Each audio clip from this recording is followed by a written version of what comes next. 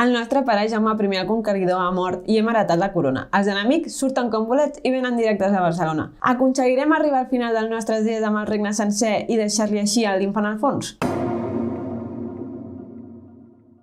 Molt soroll per un rei és un joc en solitari, per majors de 12 anys i partides de 30 minuts, on ens posarem a la pell del rei Pere II el Gran, just en el moment en què heretem la corona del nostre pare, Jaume I el Conqueridor. Un joc de Marc Figueras i Maria Pitarque, il·lustrat per Jordi Roca i Mireia Girbau, desenvolupat per l'Òscar Oliver i basat en els mecanismes de Stage of Siege del Darin Levilov, publicat per Snafu, la tenda de referència en Wargames situada a Sabadell. Comencem desplegant el tauler de joc. Deixem totes les fitxes a un costat i col·loquem els andalusins, els nobles aragonesos i els nobles catalans a l'inici del seu camí, per la cara fosca o cara reforçada. Posem les fitxes de Jaume de Mallorca, fidelitat de noblesa i papat a les seves pistes d'influència corresponents a la posició inicial marcada. I per últim, una fitxa d'almogàvers amb la cara activa a l'espai d'almogàvers. Preparem la pila de cartes. Separem les cartes amb una E a la part inferior dreta, que són Mort a Vilafranca i Excomunió i Croada.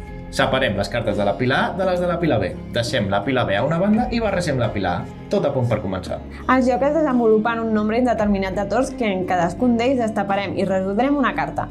Per resoldre aquesta carta seguirem els següents passos en el següent ordre. Pas 1. Aixequem una carta i la deixem cap per amunt a la zona d'esdeveniment actiu. Serà la carta a resoldre en aquest torn. Pas 2. Comprovar si els enemics es reforcen. Si la carta mostra una banderola blava amb una R a la part superior dreta, les fitxes dels enemics tornaran a la cara fosca, en el cas que hagin estat debilitats. Pas 3. Executem l'esdeveniment marcat sota el text de la carta. Pot ser moure la fitxa de les pistes d'influència, fer entrar una nova tropa o flota en joc, activar un nou front, activar els pirates o que esclati una revolta interna a Barcelona.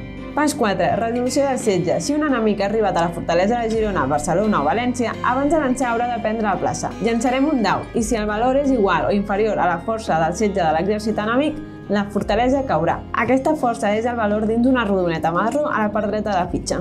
Pas 5. Movem els fronts enemics. Avancem una posició als fronts que tinguin l'escut ressaltat. Si un exèrcit es troba immers en un setge i no ha fet caure la plaça, no podrà avançar.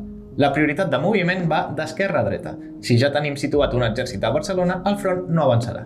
Si l'escut està ressaltat en color vermell, en lloc d'avançar, retrocedeix una posició. Trobem un camí especial que comparteixen la noblesa aragonesa i els francesos Beaumarchais. Si una de les fitxes ha d'avançar o retrocedir a la casella on es troba l'altra, s'intercanviaran les posicions. Un altre cas especial és l'avenç des de Palerm fins a Barcelona, que el podem anul·lar a canvi de sacrificar una fitxa de la nostra flota pel que resta de partida. Pas 6. Executem la fase d'accions. A la part superior esquerra de la carta ens indicarà dins un segell reial el nombre d'accions que podem executar. A més, a sota ens indicarà si tenim bonificació o perjudici si realitzem accions determinades o si tenim prohibit intentar actuar contra determinat enemic. Les accions que podem realitzar són: realitza una ofensiva. Designem una fitxa enemiga contra la que atacarem. Fem una tirada i apliquem els modificadors pertinents. Si el nostre resultat és superior a la força enemiga, retrocedeix una casella. Si és igual o inferior, roman al mateix lloc. Si la nostra tirada és un 6, no cal aplicar modificadors, és un èxit immediat i la força enemiga retrocedeix. A més, passa a estar a la cara debilitada. Aquesta ofensiva pot tenir el suport d'una fitxa d'almogàver, que és un +1 a la tirada, o de flota, que és un +1 si està en una posició marina. Aquestes fitxes aniran posteriorment a la casella de reagrupament de la seva respectiva tropa. Si tenim activa la revolta de Berenguer Oller, totes les ofensives tindran un -1 extra. Per esclafar-la, l'haurem d'atacar i superar un 3. Contra aquesta fitxa no afecta el modificador de -1 i tampoc podem utilitzar els almogàvers o les flotes. També tenim els pirates barbarescos, que ens aplicaran un -1 a totes les ofensives en posicions marítimes mentre estiguin actius. Per desactivar-los, els haurem de fer una ofensiva i superar un 2. Reagrupar els exèrcits. Gastarem una acció per passar una tropa o una flota esgotada a la zona activa, cosa que ens permet fer-la servir en una futura ofensiva. Augmentar influència. Podem gastar una acció per intentar augmentar la nostra influència dins la noblesa, el papat o amb el nostre germà Jaume. Per influir en la noblesa necessitarem un 4 o superior. Mourem la fitxa una casella a la dreta i debilitem els modificadors que afecten aquests dos fronts. Per influir en el papat necessitarem un 5 o un 6. En el pas 9 explicarem què passa si el papa ens arriba al 0. Per últim, Jaume de Mallorca també requereix un 5 o un 6. Si la seva fitxa es troba a l'esquerra de tot, s'aliarà amb els francesos i tindrem un modificador -1 en les ofensives contra Perpinyà o els Panissars. Si es troba a l'altre extrem, el modificador serà de +1. Pas 7. Establiment dels setges. Si una fitxa del front enemic ha arribat a una fortalesa, situem una fitxa de setge per recordar-nos executar-lo en el pas 4 del següent torn. Pas 8. Accions especials. A la part de sota de la carta podem trobar una acció final. Ignorarem si ens indica retrocedir un front, ja ho haurem fet abans. Aquestes accions poden ser la possible desactivació d'un front, que llançarem un dau i si obtenim un resultat superior a l'indicat a la casella on es troba aquesta fitxa, l'eliminarem de la partida. Una altra acció és Sant Narcís, que ens anul·la l'avançament dels fronts de la següent carta. I per últim, la més important, les Vespres Sicilianes, que ens fa entrar la partida a un nivell superior. Agafarem la pila A restant i li afegirem la pila B. Barrejarem i sense mirar apartarem les 5 cartes inferiors. Afegirem la carta Mort a Vilafranca i tornarem a barrejar aquestes 6 cartes.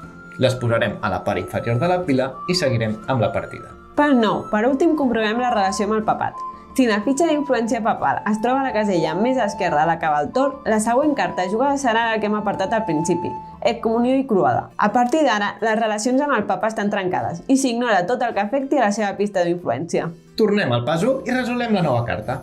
Així, continuarem fins a destapar la carta Mort a Vilafranca, que ens farà guanyar la partida si Barcelona no ha caigut. Si aquesta es troba sota setge, fem una última resolució. Si Barcelona no cau, haurem complert l'objectiu, el rei Pere haurà mort a Vilafranca i haurà resistit totes les amenaces al seu regnat. En canvi, si Barcelona és assetjada i cau, o bé tenim la ciutat assetjada amb la revolta de Berenguer Oller activa, perdem la partida automàticament. És moment d'anar a la pàgina 23 del manual i valorar la nostra puntuació final. El rei Pere va tenir 9 anys de regnat molt intensos i es va guanyar el sobrenom del Gran. Vosaltres sereu capaços de guanyar-vos també aquest sobrenom? Qui diu que ho va tenir fàcil?